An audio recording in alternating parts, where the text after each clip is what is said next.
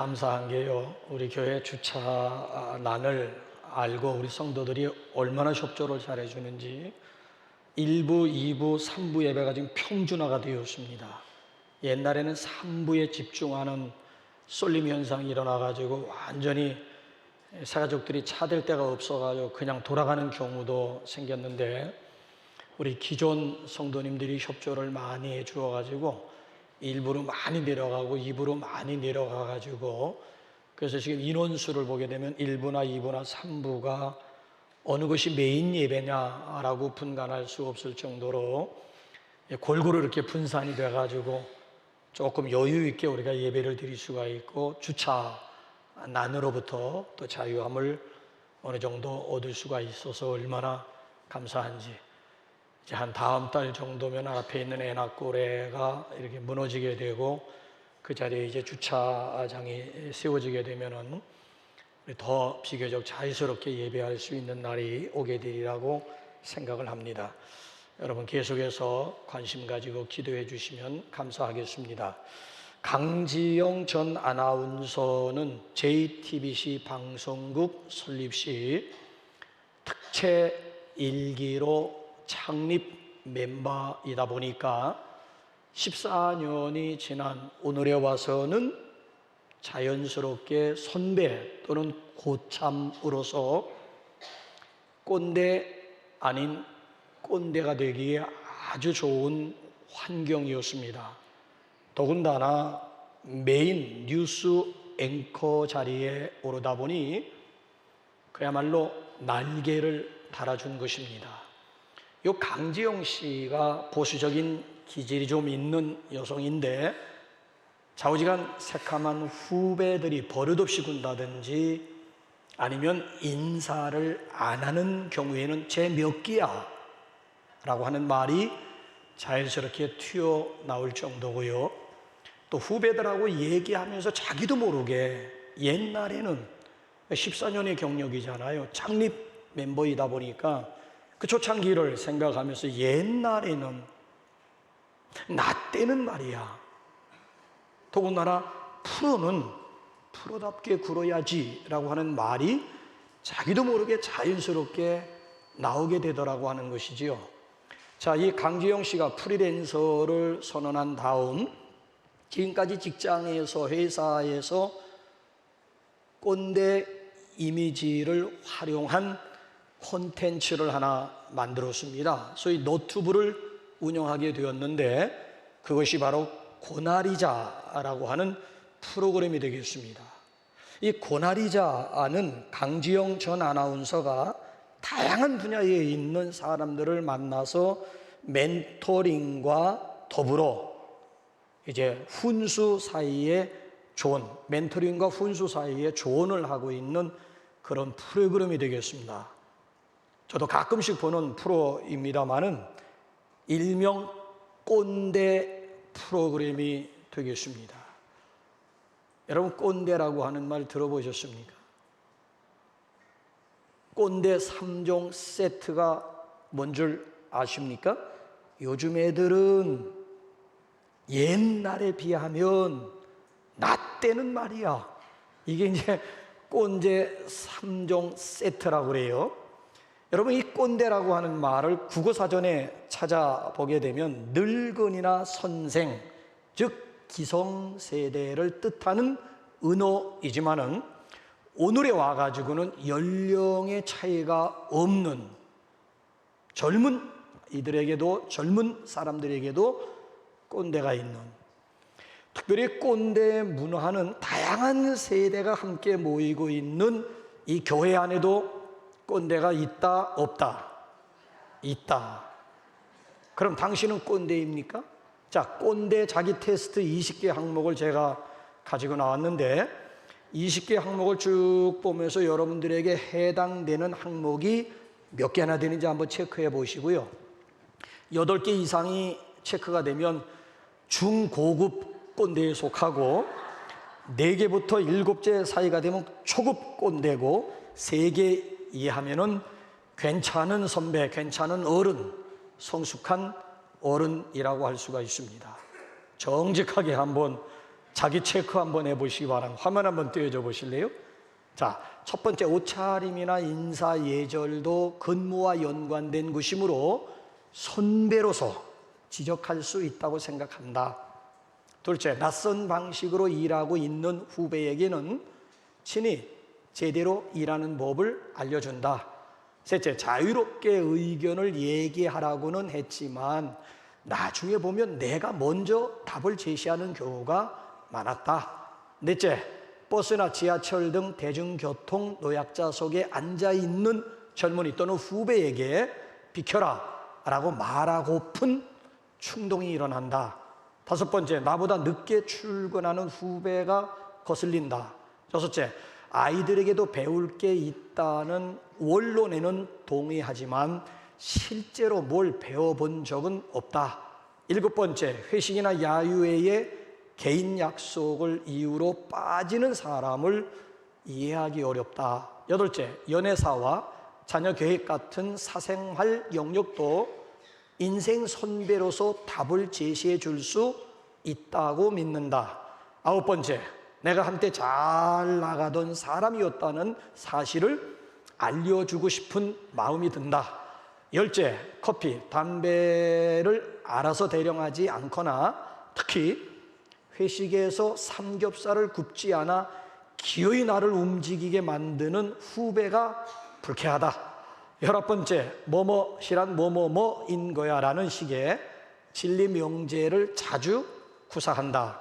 열두 번째, 아무리 둘러봐도 나보다 더 성실하고 열정적으로 일하는 사람은 없는 것 같다. 열세 번째, 요즘 젊은이들이 혹은 후배들이 노력은 하지 않고 세상 탓, 불평, 불만만 한다고 생각한다. 열네 번째, 고위공직자나 대기업 간부, 유명 연예인 혹은 유명인 등과의 개인적 인연을 자꾸 얘기하게 된다. 열다섯 번째, 내가 너만 했을 때라는 얘기를 자주 한다. 열여섯 번째, 미주알 고주알 스타일로 업무를 지시하거나 확인한다. 열일곱 번째, 후배의 장점이나 업적을 보면 자동 반사적으로 그의 단점과 약점을 찾게 된다. 열여덟 번째, 내 의견에 반대하는 후배는 두고두고 잊지 못한다. 열아홉 번째, 대체로 명령문으로 말한다. 마지막 20번째, 사람을 만나면 나이부터 확인하고 나보다 어린 사람에게는 반말을 자주 한다. 자, 20개 항목 가운데 여러분들이 마음속으로 체크한 항목은 몇 가지나 됩니까? 어떻게 중고급 꼰대이십니까? 아니면 초급 꼰대이십니까? 이 꼰대라고 하는 말은 예전이나 지금이나 별로 좋은 의미가 아닙니다. 예전에는 여러분 꼰대는 아버지나 선생님들을 비하하는 말이었지만은 요즘의 꼰대는 아버지나 선생님을 비하하는 말이 아니에요.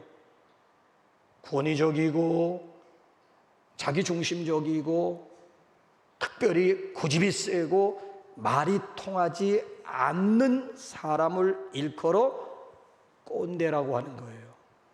자, 어떤 사람이 꼰대라고 또 어떤 행동이 꼰대스럽다라고 낙인이 찍히잖아요. 아예 그런 사람들은 가까이 하려 하지도 않습니다. 더군다나 그 사람의 말과 행동이 타당한지 알아보기도 전에 아예 그런 사람들에게는 귀를 기울이려고 하고조차도 하질 않는다는 거예요. 그래서 내가 무슨 말을 하려고 할 때에 상대방이 최소한 그 말을 듣게라도 하려면은 말하는 사람 입장에서 꼰대스러우면 안 된다라고 하는 얘기예요. 어떻게 여러분들 스스로가 꼰대 끼가 있다고 생각하십니까? 나는 보니까 비교적 성숙한 선배, 성숙한 어른이라고 생각이 되십니까? 자, 우리가 함께 읽은 이 본문 말씀을 보게 되면 한마디로 뭐예요? 많이 선생이 되지 말라라고 하는 권면 아니겠습니까? 저는 여기서 강력하게 도전하고 싶어요.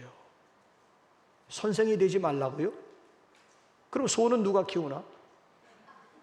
아니 공동체 가운데서 선생이 없으면 학생들은 누가 가르치냐는 거예요. 누가 도대체 선생 되지 말라면 도대체 공동체 가운데서 누가 이 일을 감당할 것입니까? 아니 더군다나 예수님이 세상에 오셔서 하신 일을 세 가지로, 그래 꼰대 3종 세트가 아니라 사역 3종 세트가 뭐예요? 가르치시고 전파하시고 고치시는 일, 디다케, 케리그마, 디아코니아, 이 세 가지가 예수님이 이 세상에 오셔서 하신 일 3종 세트의 사역이라고 할 수가 있는데, 더군다나 예수님이 떠나가시면서 마지막으로 남기신 말씀이 뭐지요? 모든 족속을, 모든 민족으로 제자 삼으라. 선생되라고 하는 부탁이었다고요. 선생. 예수님이 떠나가시면서 모든 민족, 모든 족속을 제자 삼으라고 하는 부탁이었거든요. 선생되라고 하는 마지막 유언이었는데요. 아니 더군다나 사도 바울도 디모데전서 4장 11절 말씀을 보면 이것을 명하고 가르쳐라. 너는, 우리 각자를 향해서 너는 이것을 명하고 가르치라고 했는데요. 여러분, 초대교회의 아주 중요한 은사와 직분 가운데 가르침과 교사라고 하는 은사가 있고 직분이 있습니다. 이거 굉장히 초대교회에서는 아주 중요한 은사요, 중요한 직분으로 자리 잡은 거예요. 신약만 그렇다고요? 아니요. 구약의 2부 예배, 우리 교동문 교회 교육주의를 맞이해서 우리 하나님의 말씀을 서로 교독을 나누는데 그 교동문 가운데서도 가르치라라고 하는 말이 몇 번 나왔는 줄 아십니까? 자, 우리 한번 대표적으로 잠언 22장 6절 한번 올라가 볼까요? 시작. 마땅히 행할 길을 아이에게 가르치라. 그리하면 늙어도 그것을 가르치라는 거야. 가르치라. 구약도 여전히 신약뿐만 아니라 가르치라는 거야. 아니 그런데 오늘 여기 본 말씀을 보게 되면 선생이 되지 말라고, 많이 선생이 되지 말라. 도대체 이게 무슨 말이에요?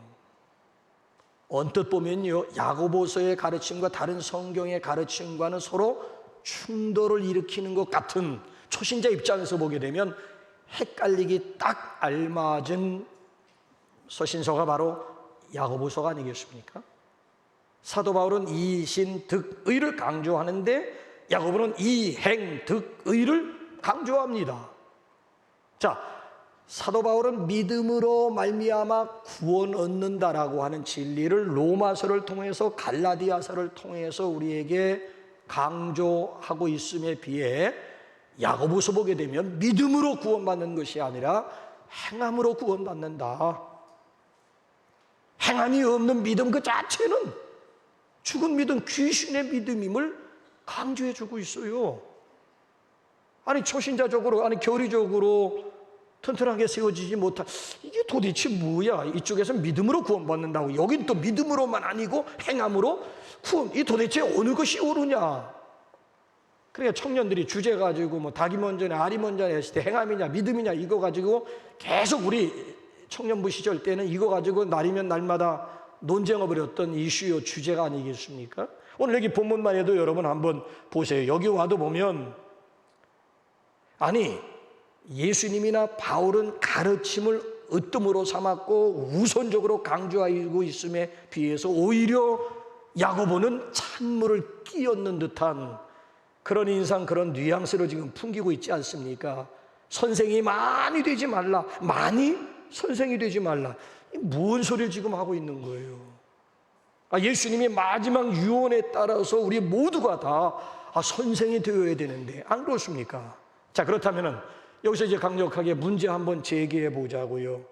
야고보는 왜 많이 선생이 되지 말라고 했을까? 우리 말은요, 끝까지 다 들어봐야 진의를 알 수가 있는 거예요. 영어는 주어 동사 목적어 목적부어가 너무 분명하기 때문에, 근데 우리 말은 이게 참 힘듭니다. 다 끝까지 들어봐야 된다니까요. 여러분 성경도 마찬가지. 원래 성경은 통으로 된 두루마리 성경입니다. 장절 구분이 없어요.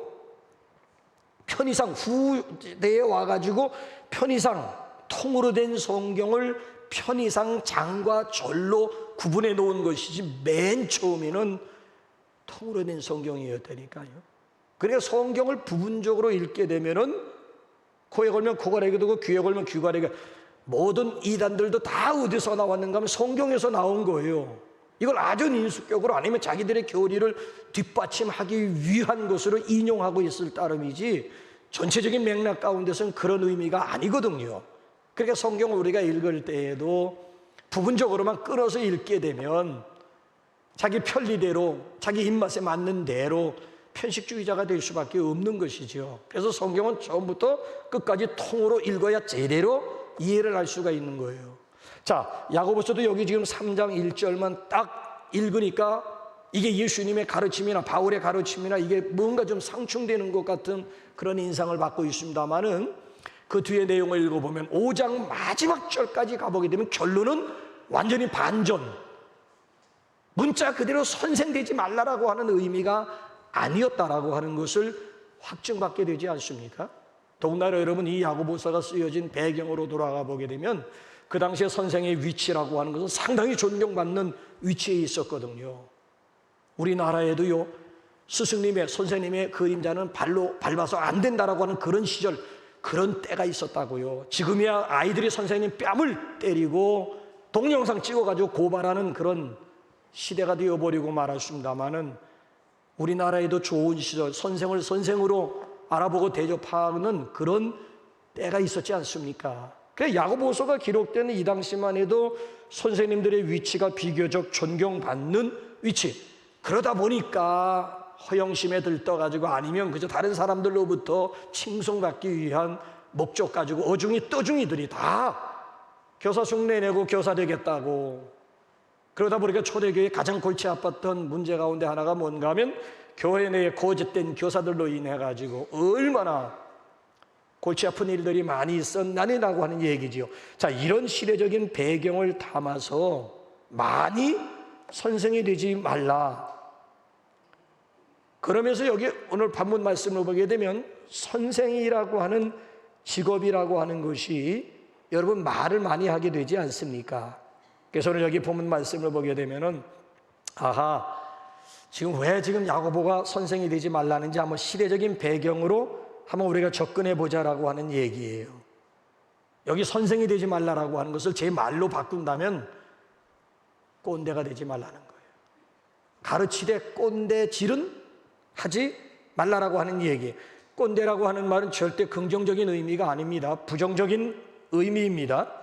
자, 과거에는 주로 아버지나 또는 선생님을 두고 하는 속어였습니다마는 오늘에 와서 꼰대라고 하는 것은 말만 하고 행함이 없는 자들, 자기가 기준이 되어가지고 모든 것을 보편화시키려고 하는 사람들, 주로 그의 입에서는 옛날에는 왕년에는 내 때는 젊었을 때는 그의 입에서 나오는 말이라고 하는 것도 보게 되면 주로 과거형을 많이 쓰는 사람들, 그저 가르치려고만 드는 사람들이 있지 않습니까?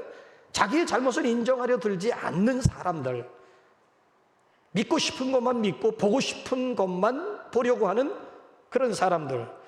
제일 심각한 현상은 철갑을 두른 듯 자기 잘못을 아니면 자기 반성이 없는 사람들을 일컬어 현대판 꼰대라고 하는 거예요. 꼰대. 그래서 성경에 나와 있는 최강의 꼰대를 꼽으라고 한다면 누구일 것 같습니까? 서기관과 바리새인들이야. 바리새인들. 성경에 소개되고 있는 최강의 꼰대가 왜 바리새인인지에 대해서는 제가 결론 부분에 가서 여러분들에게 보여드리려고 생각합니다만은, 자, 어쨌든 이런 시대적인 배경 가운데서 야고보가 그 당시의 독자들에게 많이 선생이 되지 말라. 자, 그러면 왜 많이 선생이 되지 말라고 했을까라고 하는 이유를 살펴보게 되면 내가 어떤 선생이 되어줘야 되고 어떤 리더가 되어줘야 되느냐라고 하는 바람직한 자세가 정립이 될 수가 있다라고 하는 거예요. 그래서 정반합의 원리에 의해서 한번 본문 말씀을 접근해 보고자 해요. 자, 왜 많이 선생이 되지 말라고 했을까요? 자, 오늘 여기 3장 1절부터 12절 말씀 가운데 보면 세 가지 이유를 소개하고 있는데 그 첫째가 뭔가 하면 심판이 있다는 것입니다. 자, 1절을 우리 한번 다시 한번 우리 읽어보실까요? 시작. 내 형제들아, 너희는 선생된 우리가 더 큰 심판을 받을 줄 알고 선생이 많이 되지 말라. 선생된 우리가 더 큰 심판을 받는다라고 하는 이야기예요. 선생된 우리가 더 큰 심판을 받는다. 여러분, 선생된 직분이라고 하는 것, 즉 하나님의 말씀을 가르친다라고 하는 것은 일반 교육과는 달라요. 일반 교육은 그냥 교과 내용을 그대로 충실하게 학생들에게 전달하면 그것으로 사명 다할 수 있어요. 근데 여러분, 하나님의 말씀을 가르치는 이 교사의, 이 선생의 직분이라고 하는 것은 하나님의 뜻을 알고 그 뜻을 바르게 나의 삶을 통해서 전달해야 되는 것이기 때문에, 만약에 여러분 보세요. 하나님의 뜻을 제대로 알지도 못하고 거기에 자기의 생각이 가미가 되어가지고 전달된다라고 하면 어떤 결과가 일어날 것 같습니까? 이건 소경이 소경을 인도하는 것이나 다를 바가 없다라고 하는 거예요.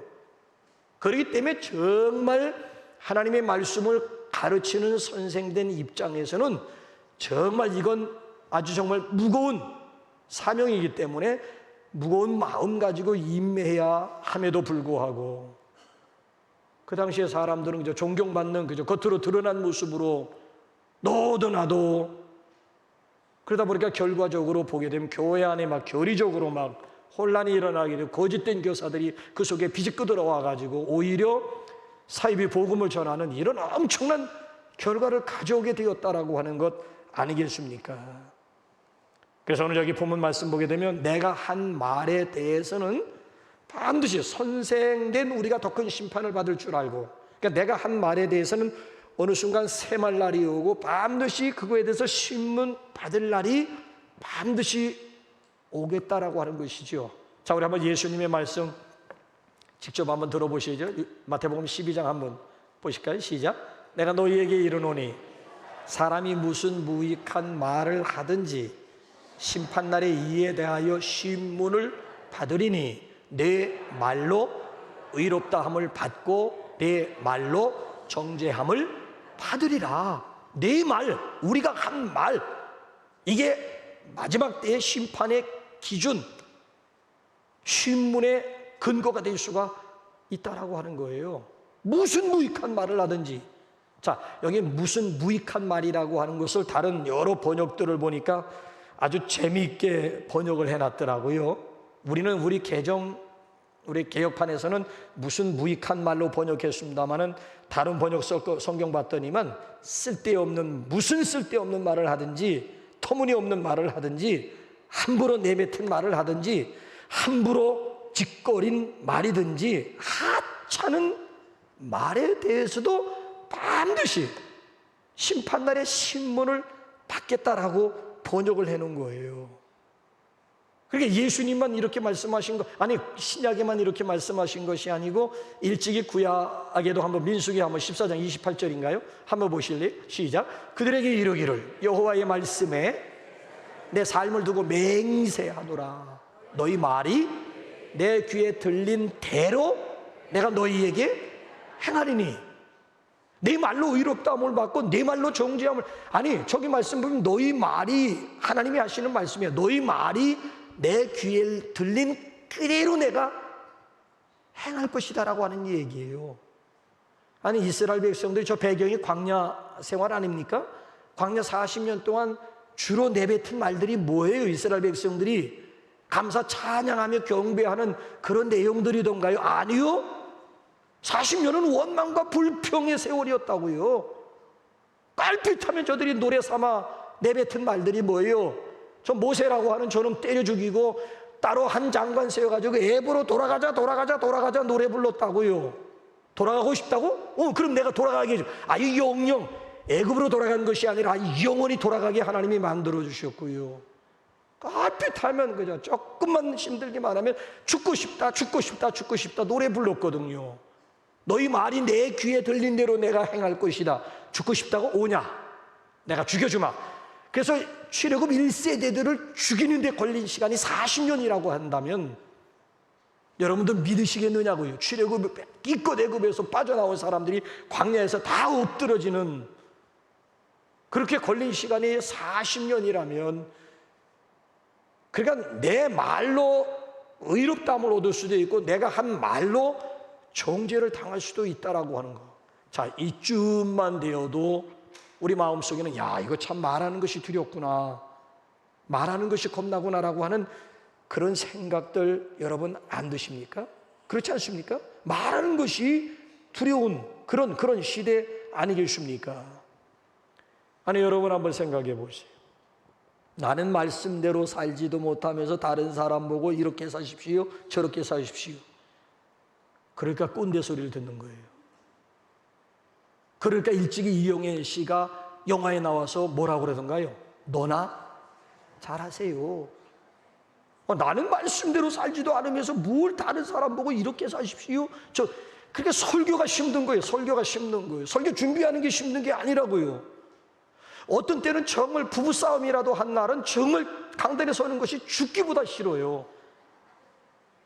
아니, 정말 그렇잖아요. 아니, 지금 집에서 부부싸움하고 지금 왔는데 그날 설교하고 싶은 마음이 들겠느냐고요. 감정이 이미 상한 상태에서 설교가, 그러니까 정말 오늘은 정말 강단에 서고 싶지 않다. 이건 정말 내가 죄 짓는 시간이고, 그래서 일주일 동안 내 마음의 평안함을 유지하기 위해서 또 내 나름대로 하나님의 말씀을 내 삶 속에서 적용하기 위해서 몸부림을 치면서 이 자리에 서는 것이지, 이 시간 30분 동안 썰을 풀으려면, 지금 목회 경력이 지금 몇십 년입니까? 내일 모레 남북교회 지금 목회한 것도 30년이 되는데 지금까지 다른 교회에서 목회한 경력을 따진다면은, 말하라고 한다면 무슨 선생질 못하겠느냐는 거예요.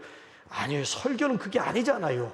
이 시간에 그냥 말만 번들어내게 유창하게 미사역을 사용해가지고 논리적으로 여러분들에게 소개한다고 해서 설교가 되는 건 아니잖아요. 입으로 하는 설교가 아니라 삶으로 하는 설교예요. 몸으로 하는 설교이기 때문에, 그래서 설교가 가면 갈수록 설교가 쉬워지는 것이 아니라 어렵게 느껴지는 이유는 바로 여기에 지금 무게를 두고 있는 것 아니겠습니까? 근데 여러분 보세요. 내가 솔선수범하면서 하는 말이라고 한다면 상대방이 기꺼이 그거 수용하게 되고 따르려고 하지 않겠습니까? 그렇기 때문에 여러분 보세요. 꼰대가 되지 않기 위해서는 가르치려고만 들지 말라라고 하는 얘기지요. 가르치려고만 들지 말고 상대방을 우리가 인정하는 가운데 상대방과 함께 공감하고 함께 참여하고 함께 나누려고 하는 이런 자세가 교육자들에게는, 선배들에게는, 리더들에게는, 선생들에게는 반드시 필요하다라고 하는 얘기예요. 내가 한 말에 대해서는 반드시 하나님 앞에 셈할 날이 있다라고 생각하게 되면 얼마든지 좋은 선생님 될 수 있지 않을까요? 자, 그런가 하면 또 왜 많이 선생이 되지 말라고 했느냐? 2절로 넘어가 보게 되면 실수가 많다는 거예요. 자, 우리 한번 2절 한번 넘어가서 한번 확인 한번 해볼까요? 시작. 우리가 다 실수가 많으니 만일 말에 실수가 없는 자라면 곧 온전한 사람이라 능히 온 몸도 굴레 씌우리라. 자, 선생이라고 하는 직업은 직업상 말을 많이 할 수밖에 없어요. 근데 사람이 말을 많이 하게 되면 실수하게 되어 있습니다. 그래서 제가 연말쯤만 되면 여러분들에게 용서를 구하는 거예요. 제가 말을 많이 하다 보니까 저도 실수가 많기 때문에, 그래서 여러분들 혹시 저의 말에 상처를 받은 분들이 있으면 용서해 주십사라고 제가 용서를 구하는 이유도, 왜? 목사이기 때문에 여러분들보다는 말을 비교적 많이 하는데, 그러니 제가 얼마나 실수를 많이 하겠느냐고요. 그러니까 하나님 앞에 내 입술에 파수꾼 좀 세워달라고, 학자의 혀를 좀 나에게, 학자의 좀 혀를 주어가지고 어떻게 상대방을 잘 붙들어 줄 수 있고 어떻게 상대방을 세워줄 수가 있는지 나에게 좀 지혜를 주시고 아비의 마음을 좀 달라고 매 시간마다 하나님 앞에 기도하는 가운데 이 자리에 설 수밖에 없는 거예요. 말을 많이 하다 보게 되면 실수하기 마련이지요. 다른 건 다 보상할 수 있고 변상할 수가 있는데 일단 내 입에서 나온 말은 다시 주워 담을 수가 없다라고 하는 것 아니겠습니까? 그래서 어떤 어린아이가 어머니에게 질문을 했습니다. 엄마, 도둑질이 나빠요? 거짓말이 나빠요? 둘 다 나쁘지? 어느 것이 더 나빠요? 그야 물론 도둑질이지. 그랬더니 이 꼬마한 녀석이 아니에요 엄마, 거짓말이 더 나빠요. 도둑질은 도둑질한 물건을 다시 되돌려주던가 그의 배로 변상하거나 보상을 하면 되지만 거짓말은 보상할 수가 없고 변상할 수 없잖아요. 말 되지요? 어린아이에게서라도 여러분 깨달아야 되고 어린아이 말 속에도 진리가 들어져 있는 거예요. 배움에 무슨 왕도가 있단 말이에요. 어린아이를 통해서라도 배울 건 배워야 되고 도전받을 건 도전받아야 되는 것이지. 이 말이라고 하는 것은 화살로 비유할 수가 있잖아요. 화살이 활쉬를 벗어나는 그 순간 다시 화살을 중국 영화 보니까 다시 돌아오더라고. 그거는 뭐 소설 얘기고 그건 뭐 영화 얘기고 현실적으로 여러분 활쉬를 벗어나는 그 순간은 다시 되돌릴 수 없지 않습니까? 내 발에서 이미 쏟아져 나온 말은 다시 주워 담을 길이 없다는 거예요. 그래서 야고보라고 하는 사람은 온전함의 기준이 뭐냐? 성숙함의 기준을 어디에 두었는가 하면 만일 사람이 말에 실수가 없으면 곧 온전한 사람, 즉 성숙한 사람이라고 아주 우리에게 분명하게 말씀하고 있지 않습니까? 그러면 여러분 실수를 줄이는 방법이 뭘까요? 남자들은 하루 평균 5,000마디, 여자들은 3만 마디. 야, 그러니까 여자들이 이게 얼마나 말이 많은 족속인. 아니 남자들 하루 5,000마디인데 여자들이 3만 마디면 몇 배야 도대체? 하루에 5,000마디 막 3만 마디를 막 쏟아내는데 그 쏟아내는 말 가운데 그나마 오늘 설교를 듣고 실수를 줄일 수 있는 방법은 뭐가 있을까? 우리 옛날 어른들은 3, 4 이론을 권했습니다. 3, 4 이론, 3번 생각하고 한 번 말을 하면은 그나마 실수 줄일 수 있다는 얘기고요. 자, 야고보 오늘 여기 3장 1절에서 많이 선생이 되지 말라고 권하고 있는 야고보는 1장 19절에서 뭐라고 우리에게 훈수하고 있는지 한번 1장 19절 한번 보실래요? 시작. 내 사랑하는 형제들아 너희가 알지니 사람마다 듣기는 속히 하고 말하기는 더디하며 성내기도 더디하라. 자, 왜 하나님이 귀는 둘을 만들어 주시고 요 입은 하나 만들어 다 쌍병, 눈도 코도 귀도 팔도 가슴도 다리도 다 쌍벽을 이루게끔 서로 대조를 이루게끔 다 머리끝에서도 발끝까지 골도 여러분 양쪽 골로 다 머리끝에서도 발가락까지 다 서로 쌍벽을 이루게 만들어주신 왜 유독 요것만 하나를 이것도 2개 만들어줘가지고 서로 대조를 이루게 하면 얼마나 여러분 이게 완벽한 여기도 창조주의 뜻이 있을 거 아니겠어요? 왜 귀는 둘이고 입은 야고보가 얘기하고 있잖아요. 듣는 건 많이 하늘수록 좋다는 거예요. 많이 들어주고 많이 들을수록 좋다는 거야. 그러나 말하는 것은 더디하라. 말수를 적게 하라는 얘기예요. 더디하라고 하는 얘기는 듣는 건 속히 하고 듣는 건 많이 해도 되지만 말하는 거 더디하라고 하는 얘기는 말수를 줄이라고 하는 거예요. 이게 이게 어떻게 통제가 안 되기 때문에 이게 또 하나의 방법으로 소개해 주고요. 우리 또 어느 유명한 사람이 그런 얘기를 했습니다. 3가지 황금문을 통과하게 되면 실수를 줄일 수가 있다는 얘기예요. 그 3가지 황금문이 뭐냐? 첫 번째 문은 이게 팩트이냐, 이 참말이냐, 내가 말하기 전에 이게 팩트에 근거한 말인지 아니면 그렇다더라라고 하는 이것처럼 위험한 말은 그렇다더라가지고 안 된다는 거야. 아예 옮기지 말라는 얘기예요. 내가 지금 하고자 하는 말이 팩트에 근거, 이 참말이냐? 한번 첫 번째 문으로 한번 질문해 보라는 얘기고요. 2번째, 이 말이 지금 여기서 꼭 필요한 말이냐? 2번째 문이야. 이게 여기서 지금 내가 할 말이냐? 꼭 필요한 말이냐? 한번 체크 한번 해보라는 얘기고요. 마지막 3번째로 뉘앙스 문제인데 친절하냐? 내가 지금 하고자 하는 말이 여러분 개를 앞에 놓고 I hate you 하면서 머리를 쓰다 보면 개가 막 좋다고 막 그냥 꼬리로 아니 내용은 나는 너를 증오한다, 나는 너를 미워한다 야. 근데 정말 웃으면서 쓰다듬어주면서 I hate you 하면 개가 좀 근데 I love you 하면서 나는 너를 사랑한다는 거거든. 근데 그 사랑한다라고 하는 것을 어떻게 그냥 막 성질과 함께 막 I love you 하게 되면 그 순간 걔가 왕 하면서 조건 반사적으로 물어버리고 만다라고 하는 얘기예요. 그러니까 내용도 중요하지만은 그 내용을 어떻게 상대방에게 저 친절하느냐라고 하는 거 한번 물어보라고 하는 얘기예요. 그러면 얼마든지 우리 관계 속에서, 대화 가운데서 얼마든지 실수를 줄일 수 있는 방법은 된다. 실수를 많이 하기 때문에 말수 줄이라고, 선생되지 말라고 하는 얘기고, 또 한 가지 더 중요한 것이요, 2절이 아니라 3절부터 마지막 절까지 나와 있는 길게 우리에게 소개하고 있는 내용이 뭔 줄 아십니까? 이 혀는 길들일 방법이 없다는 거예요. 자, 우리 다 읽을 수는 없고요. 3절부터 12절까지 읽을 수 없고 7절, 8절만 중간에만 한번 따볼까요? 시작. 여러 종류의 짐승과 새와 벌레와 바다의 생물은 다 사람이 길들일 수 있고 길들여 왔거니와 혀는 능히 길들일 사람이 없나니 쉬지 아니하는 악이요 죽이는 독이 가득한 것이라. 지금 각종 짐승과 생물과 각종 미물들은 다, 저기 보면 다 길들일 수 있다는, 길들여 왔다는 거예요. 지금까지 길들일 수도 있고 길들여. 여러분 돌고래 쇼 보신 분들이 있어요. 돌고래가 쇼를 해. 돌고래가 저기 태국에 갔더니만 돼지들의 쇼가 있는데 누가 돼지를 밀어난 놈이라고 해서 이 무식한 돼지가 여러분 밀어난 놈이고 이게 아니에요. 돼지가 글쎄 얼마나 용미한지. 내가 돼지들이 쇼를 하고 돼지들이 기가 막히게 막 찾아가는 걸 보면서 내가 그동안 돼지야 미안하다. 내가 너를 오해했다. 거기서 내가 돼지 앞에 무릎을 꿇고 마음으로 무릎을 꿇고 돼지에게 내가 사과를. 누가 돼지를 우둔하고 밀어나다고 했던가.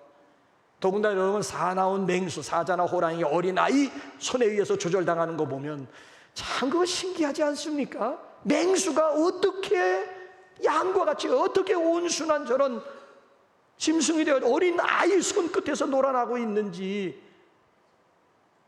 그러니까 맹수까지도 얼마든지 길들일 수가 지금까지 길들여 왔다는 거. 야생마도 얼마든지 본문 말씀을 보게 되면 야생마조차도 길들일 수. 근데 요 세치도 안 되는 요 혀는 능히 길들일 사람 없다는 거. 아니 길들여지지. 이건 미션 임파서블이에요. 이 혀를 길들인다라고, 길들이면 산다라고 하는 것은 이건 미션 임파서블, 이건 불가능한 일이라고 하는 얘기. 아니 그래서 야고보가 오늘 여기 말씀을 보게 되면 이 혀에 대해서 쉬지 아니하는 악, 독이 가득한 것으로, 죽이는 독이 가득한 것으로 아예 규정 짓고 있잖아요. 요즘 사람들이 왜 자살하던가요? 악플 때문에 악플. 아까운 사람들이 스스로 목숨을 끊는 이유는 악플러들 때문에 악플러들. 이 악플, 옛날에는 흉기 가지고 사람을 죽이고 했습니다만 이제는 흉기가 아니야. 말 가지고 사람을 죽여, 말 가지고 사람. 아까운 사람도 우리 주변에 얼마나 악플 때문에 얼마나 많은 사람들이 스스로 생을 포기했느냐고요. 일찍이어서 솔로몬이 뭐라고 예언했습니까? 죽고 사는 것이 어디에 달렸다고요? 혀의 권세에 달렸다는 거예요. 그러니까 나 말 한마디 가지고 사람을 살리기도 하고 말 한마디 가지고 사람을 얼마든지 죽일 수가. 그래, 이 혀의 권세라고 하는, 이 말의 권세라고 하는 것이 이게 정말 그 파급 효과라고 하는 것은 이루 말할 수가 없다라고 하는 것 아니겠습니까?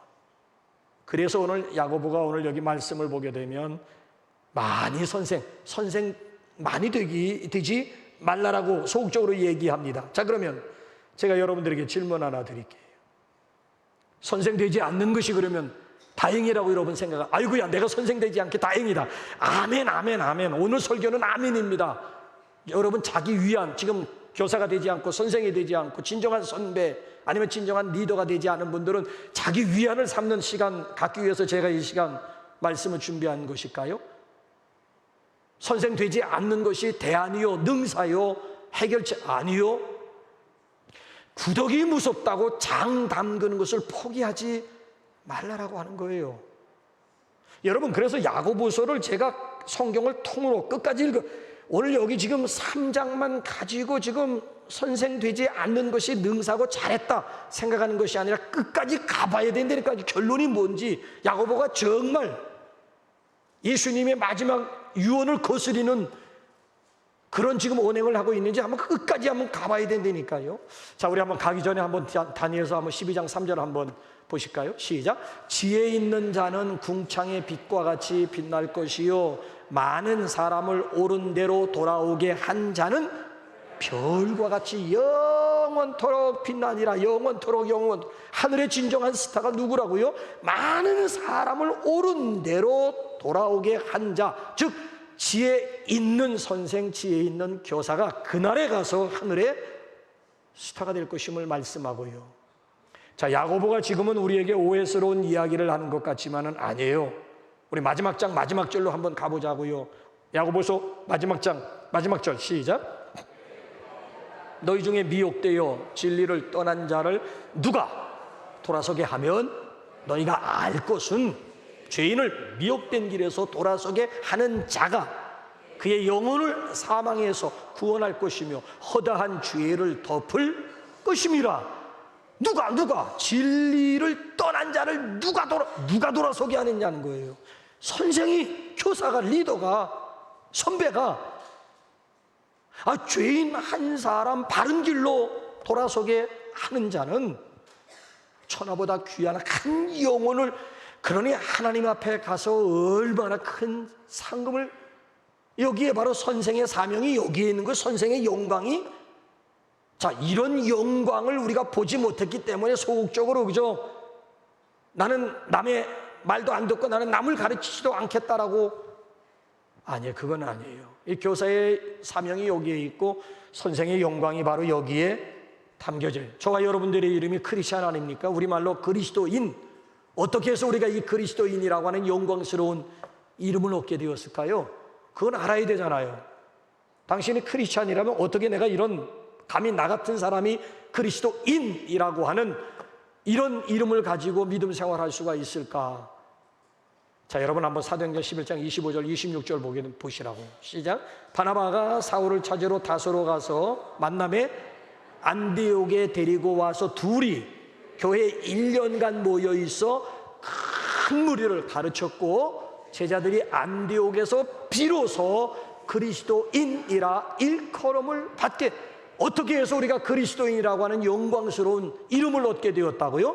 가르침의 결과였다는 거예요. 이거 역시 가르침의 결과였다. 이 교육의 결과였다라고 하는 거예요. 가르침의 결과예요. 여러분들로 인해서 또 다른 그리스도인들이 태어날 수 있기를 주님의 이름으로 축원합니다. 그날에 가서 하늘의 스타들이 될 수 있기를 주님의 이름으로 축복합니다. 동서고금을 막론하고요. 교사 중에 교사, 선생 중에 선생, 은사 중에 최고의 은사가 있다면 바로 예수 그리스도이신 줄로 믿습니다. 예수님은 이 땅에 오셔가지고요, 가르치시고 전파하시고 고치시는 일만 하시다 가셨어요. 세 가지 사역 가운데 가장 으뜸으로 소개된 것이 가르침, 캐리그마가 아니라 디다케였다는 거예요. 그래서 예수님이 얻은 별명 가운데 최초로 얻은 별명이 뭔 줄 아십니까? 랍비요. 그러니까 예수님이 오셔가지고 여러 가지 별명을 많이 얻으셨는데 그 별명 가운데 최초로 얻은 별명이 라보니, 랍비의 사투리가 라보니 아니겠습니까? 랍비요. 랍비가 뭐예요? 선생으로서의 예수. 아니, 더군다나 떠나가시면서 뭘 유언하셨다고요? 마태복음 마지막 장 마지막 절, 오늘은 야고보서 마지막 장 마지막 절로 결론하는데 예수님이 떠나가시면서 뭘 부탁하시는지 마태복음 28장 20절이 마지막 끝절이에요. 시작. 내가 너희에게 분부한 모든 것을 가르쳐 지키게 하라. 볼지어다 내가 세상 끝날까지 너희와 항상 함께 있으리라 하시니라. 자, 세상 교육은 가르치는 것으로 끝날 수 있습니다. 근데 교회 교육이라고 하는 것은 가르침으로 끝나는 게 아니라 지키게 하는 것까지 가야 이게 교회 교육이라고 말씀드릴 수가 있는 거예요. 예수님의 제자 훈련이 이 방법 아니겠습니까? 우리는 교실과 현장이라고 하는 것 가지고 제자 훈련해요.